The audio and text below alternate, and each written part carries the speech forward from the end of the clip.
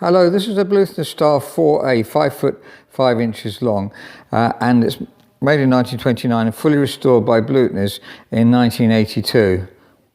Now, the piano's just come into stock and I'm assessing it to see what sort of work we might need doing.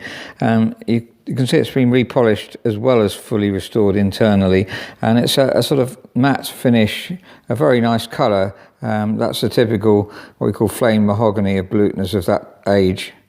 It's in very, very good condition. That's the back of the piano, moving on to the top lid here, and very beautiful grain too. Just coming along the side of the piano, again, it's in very good condition, no fading at all on it. It's got a satin finish. It's typical of Bluthner repolishing, really. They do most of their pianos in this kind of finish. Now, it's got replacement ivories. You can tell that because they're one piece. The originals would have been two pieces. They would have had a line here, as you'll see on all the older grands if they haven't been replaced. And these are replacement one-piece ivory, very, very perfect as well. Legs and lyre are also in very, very good condition. Now, you can see on the right-hand pedal here, they had had some use. It was obviously lacquered over there and had had some use since. We'll look at the hammers and the action generally, because that's the part that wears the most. And before looking at the action, here are the tuning pins, and they are small tuning pins. It's a new rest plank. I've taken the front off here to see, and I've got a picture actually, if you see the stock list. If you're watching this video and you can't find that, then I can assure you that it's got a new rest plank. That means the tuning pins are going into new wood and modern wood as well. So incredibly stable and tight. The tuning is very, very stable. And let's have a look generally. This is typical of their restoration. You can see, look how shiny the alicot, not quite sure what they're called actually, but where the alicot string goes through.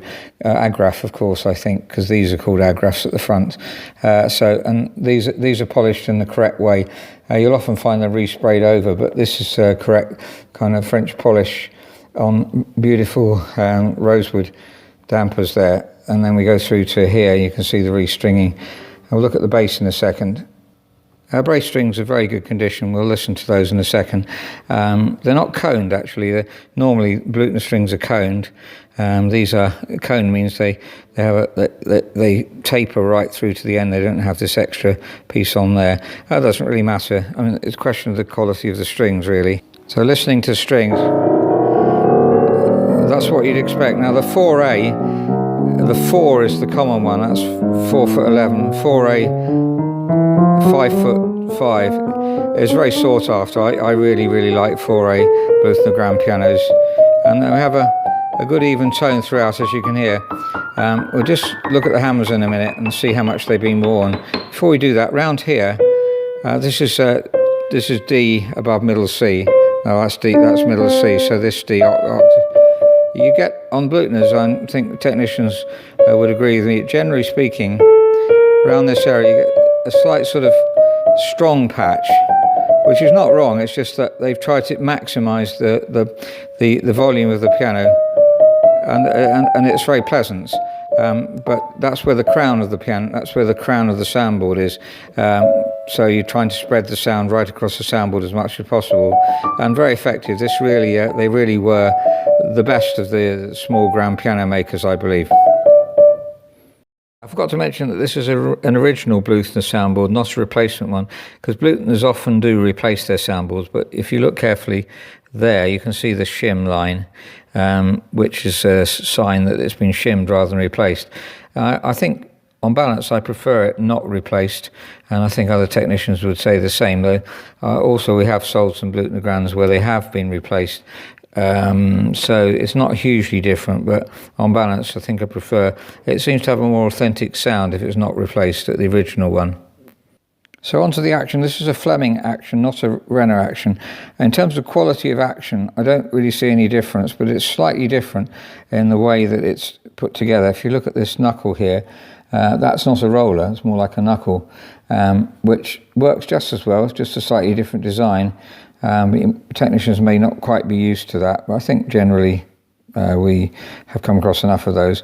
The hammer's sitting on the rail here, so this must have worn very slightly, but it's feeling good. When you play it like that, when it pulls out, it feels good. So that's the main thing. It's not too notchy, but it does need to go up a bit, so we have to regulate the action.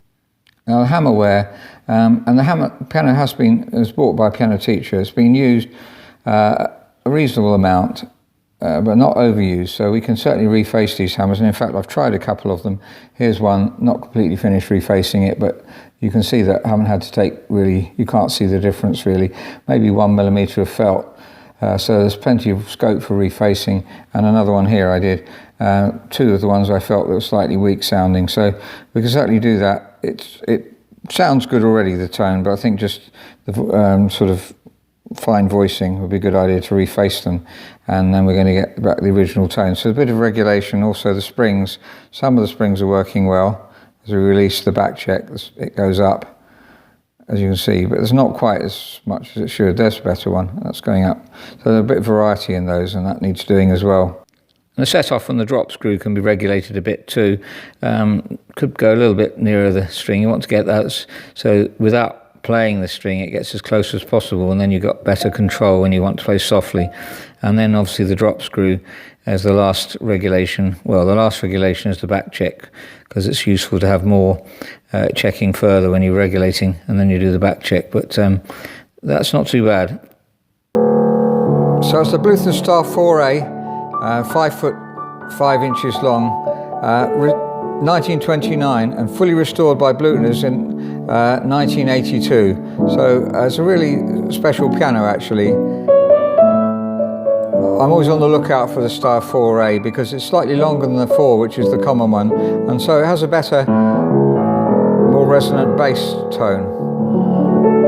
And this one has been very well kept since it was sold by Bluthners, and is in very good condition. The casework, just you can tell it's not quite perfect, but nearly. So highly recommended. By the way, if you're buying a Bluthner, it's a soft tone. That is the characteristic of Bluthner. It's very, very good domestic piano.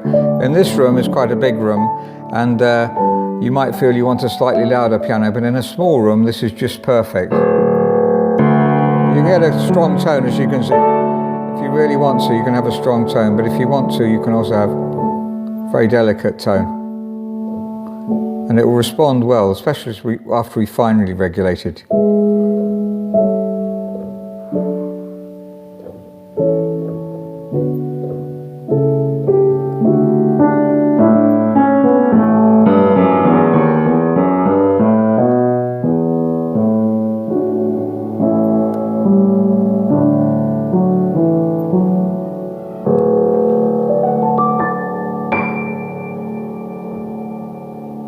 Thank you very much for listening.